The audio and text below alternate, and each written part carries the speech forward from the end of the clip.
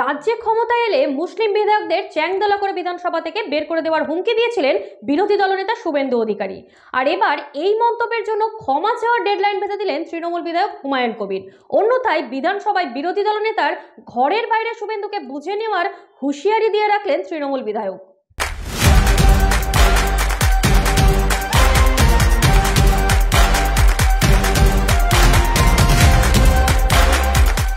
বুধবার শুভেন্দুকে তোপ দেখে হুমায়ুন কবির বলেন, উনি যদি মারতে আসেন তাহলে আমরা কি রসগোল্লা খাওয়াবো নাকি? মুসলিম বিধায়কদের তিনি অসম্মান করবেন, আছাড় মেরে রাস্তায় ফেলার কথা বলবেন, তাকে তো আর রসগোল্লা খাওয়াবো না। যা জবাব দেওয়ার তাই দেওয়া হবে। ও আছাড় মারার কথা বলেছেন, আমি খুশে দেব।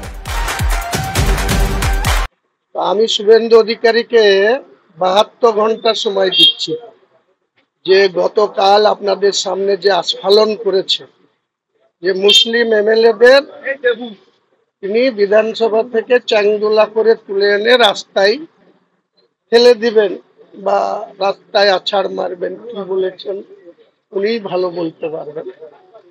আমি ওনাকে বলছি ভদ্রভাবে, আপনি দলনেতার মতো অপোজ করুন, বিরোধিতা করুন, বিধানসভার ভেতরে করুন, বাইরে করুন, কোনো সমস্যা নাই। কিন্তু আপনার এখনো এত হিম্মত হয়নি যে আপনি বিধানসভার ভেতর থেকে মুসলিম এমএলএদের বের করে চাংদোলা করে রাস্তায় ফেলবেন। আবার সেটা এখন ক্ষমতা না, 2026-এ আমি আমার দৃঢ় বিশ্বাস আপনি আজকের দিনে যে 66 স্ট্রেংথ আপনার আছে, সেই সংখ্যাতেও আপনি 2026-এ পৌঁছাতে পারবেন না। একজন মুসলিম বিধায়ক হিসাবে চ্যালেঞ্জ করছি আপনাকে, আপনি 72 ঘন্টার মধ্যে কথা প্রত্যাহার না করলে এই 42 জন এমএলএ আপনাকে বিধানসভার ভেতরে আপনার যে ঘর, সেই ঘরের বাইরে আপনাকে আমরা বুঝে নেব। আপনি পারলে 66 জন নিয়ে আমার মোকাবেলা করবেন। আপনি হয় প্রত্যাহার করুন এই কথা, তা না হলে আপনি কত বড় হিন্দু হয়েছেন, আর আমরাও মুসলমান, কারো কাছে কোনোদিন আত্মসমর্পণ করেনি। 40 জন এমএলএর সঙ্গে লড়বেন, আপনাকে চ্যালেঞ্জ দেওয়া থাকলো।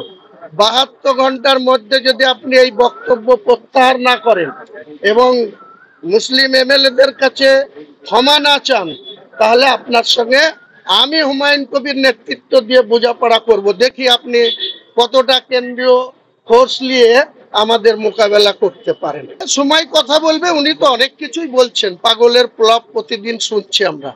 বুঝে নিয়ে বলতে, উনি যদি এই সমস্ত কথা বলে মনে করেন যে ওনার কাছে 22-24 জন কেন্দ্রীয় ফোর্স আছে, যা খুশি তাই করে যাব, আমরা 42 জন ওনার সঙ্গে বুঝে নেব উনি কতটা শক্তি ধরেন, আমাদেরকে চাংদোলা করে বার করবেন, আর ওনাকে ওখানে কিভাবে খুশে দেব সেটাই বোঝাপড়াতে হবে।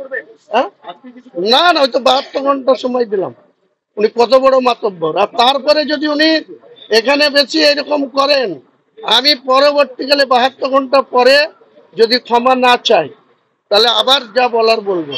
তারপরে ও মুর্শিদাবাদে কি করে ঢুকে, ও তো বিরোধী দলনেতা শুধু মেদিনীপুরের না আর কলকাতারও না, ও বিরোধী দলনেতা গোটা রাজ্যের।